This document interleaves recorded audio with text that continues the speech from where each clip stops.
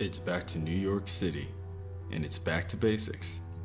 Peter loves this city, and after hopping countless dimensions, battling the inheritors within the Spider-Verse, it feels good to be back home. As Peter swings past an old, worn-down construction site with a battalion of squad cars, he realizes that no matter how much things change, he can always count on a couple people to stay the same. From the looks of it, Peter can see that this situation is already on edge. Things are already looking grim as the SWAT units exit their cars and prepare to fire on their declared targets. Captain Yuri Watanabe is on site with another officer, Detective Teddy Wrangle. Yuri tells Teddy that this extent of force is not needed for someone as small as Tombstone, let alone to just serve an arrest warrant. Teddy tells Yuri that he has a source, and he trusts them. Peter arrives on the scene by landing on top of a squad car, much to the surprise of the captain. She is very surprised to see Spider-Man, but she does not need his help today. Today, she's trying to keep everything under wraps and do this by the book. She informs Spider-Man that there could be a potential gang war underway, and the police department has tracked down Tombstone to this warehouse in order to serve him a warrant. That is all. Spidey brings Yuri to the side and asks her why doesn't she just go undercover as the Wraith to get this done. But Yuri informs him that it is a new day. There is a new bureau chief and she wants things done by the book. So, they will do things by the book. A barrage of bullets fire from the construction building, causing the police officers to retreat behind their vehicles for cover. Inside the building, a frightful Tombstone questions all of his henchmen on who fired the first shot. This slight interference of the police officer has now become an unmanageable problem now that shots have been fired. Tombstone quickly deals with his henchmen and tells one of the higher-ups, Tats, to start shooting. Now they have no choice but to kill everyone. Even before Spider-Man took a round trip through the multiverse, he knew that fate was a fragile thing. After all, he is a physicist. Alternate realities, quantum mechanics, all that is old news, right? Still, it's one thing to accept the fragility of fate and the power of choice, and another thing to experience it.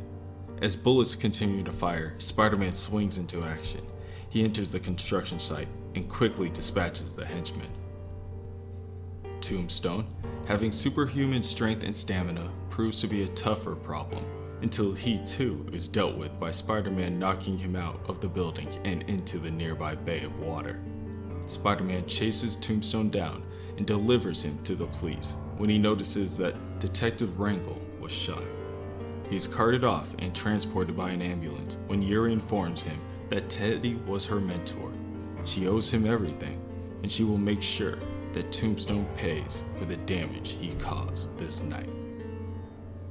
8 days later, during the court proceedings, Tombstone smirks smugly at the officers as the judge dismisses all charges.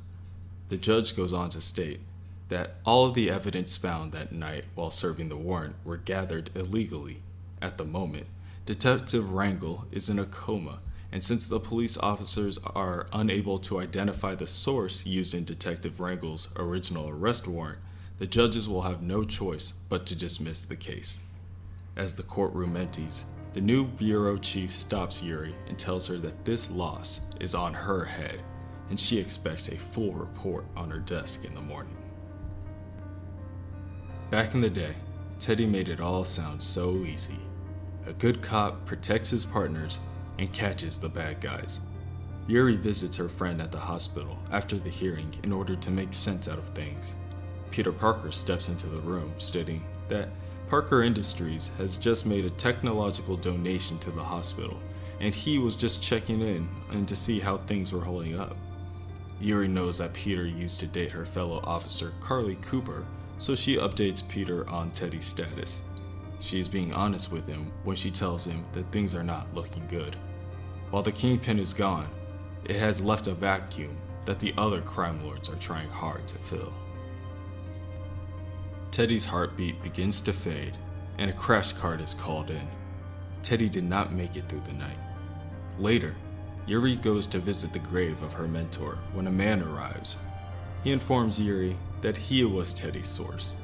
He goes on to tell Yuri not to be mistaken. He is no longer Martin Lee. His friends call him Mr. Negative now, and his enemies do too. He would like the two of them to be friends. She need not fear of his powers of corruption or mental manipulation.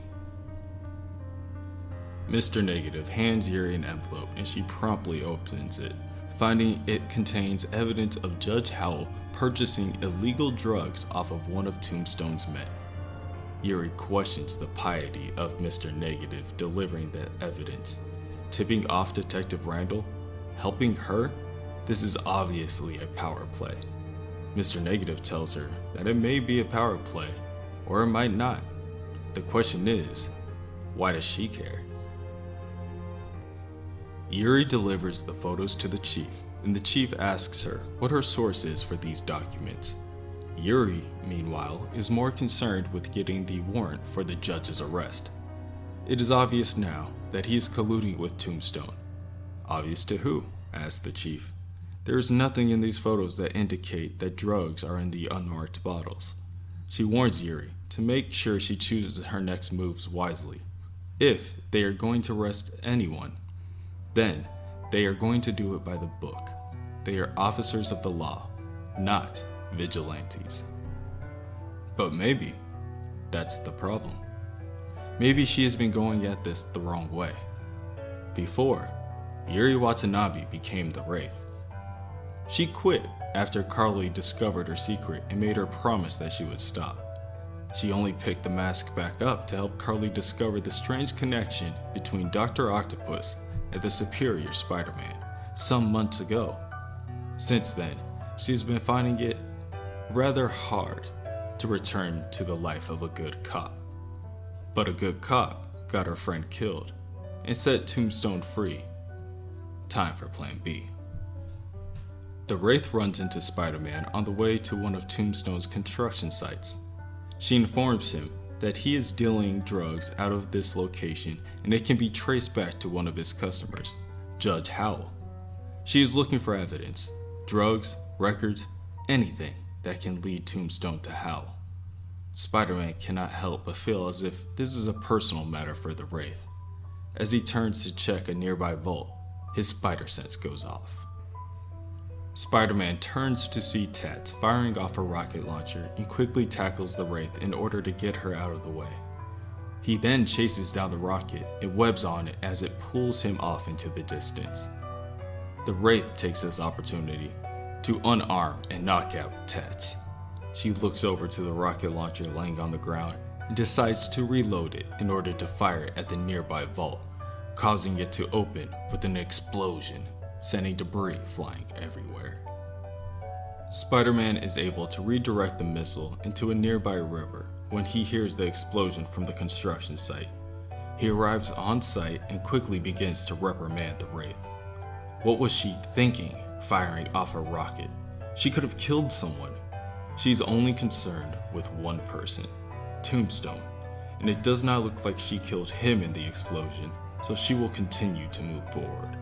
She discovers Tombstone's ledger of all of his dealings and finds the judge's name on there, much to the chagrin of Spider-Man. Spider-Man warns her that she is a cop, and cops aren't supposed to be blowing things up. But he doesn't understand. Watanabe is the cop. She is the Wraith. And with that, she makes her leave. Peter watches Yuri swing away in the dark, and he can't help but feel uneasy. Choices matter. Fate is fragile. He knows. Not just because he's a physicist, but because he's your friendly neighborhood web spinner. And he has a very bad feeling that Watanabe just made a very bad choice.